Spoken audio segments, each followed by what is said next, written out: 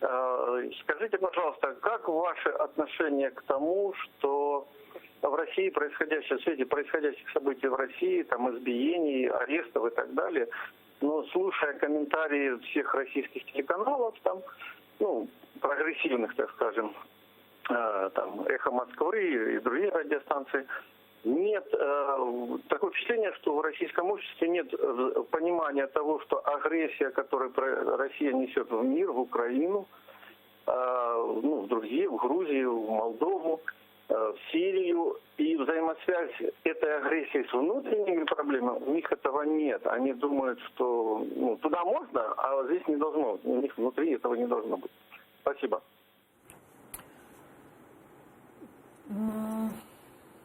Не задумывалась над такой постановкой вопроса. Единственное, что могу сказать, что угрозы, которые несет Россия в мир, не осознают и на Западе. Это то, что я могу нашим зрителям, тебе, Айда, рассказать с полной уверенностью, потому что я провела год в одном из лучших учебных заведений мира, и, к сожалению, там эти риски не всегда осознают и понимают.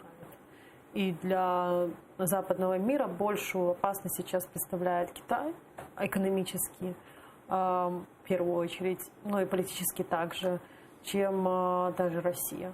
Я понимаю, что это связано в том числе с количеством вызовов, которые существуют в настоящее время перед западными странами.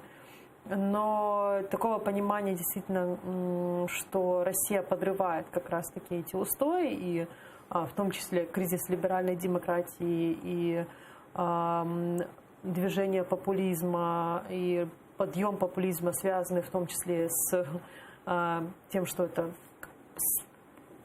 провоцирует Россия, но такого понимания нет, к сожалению. Даже исследовательские, я могу сказать, что специалистов, которые занимаются, фокусируются на вопросе изучения России и российского влияния,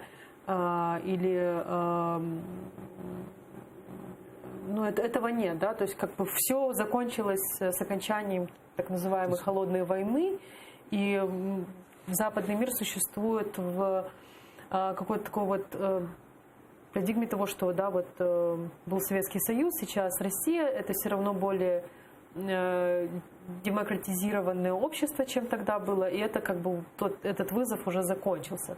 Не поняли, ребята, ничего на самом деле. Касательно того, что россияне этого не до конца понимают, я думаю, что главная эмоция, которая существует в российском обществе, это страх. Российское общество поражено страхом. И корни этого в первую очередь можно искать, в том числе из Советского Союза, но если говорить про Украину, мы это все как-то смогли преодолеть таким очень болезненным путем. И продолжаем. И продолжаем, в том числе, и платим за это очень высокую цену.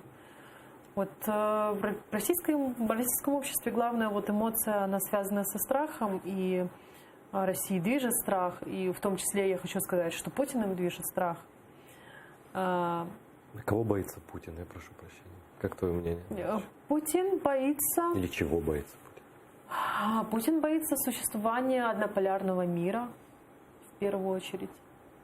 Путин боится того, что Россия не будет сверхдержавой, а им движут такие эмоции. Путин боится потерять, в конце концов, власть. Но у него есть успехи на пути к созданию, к разрушению однополярного мира, как он себе это представляет. Очевидные же успехи есть. Да, и это главная историческая миссия России на данном этапе.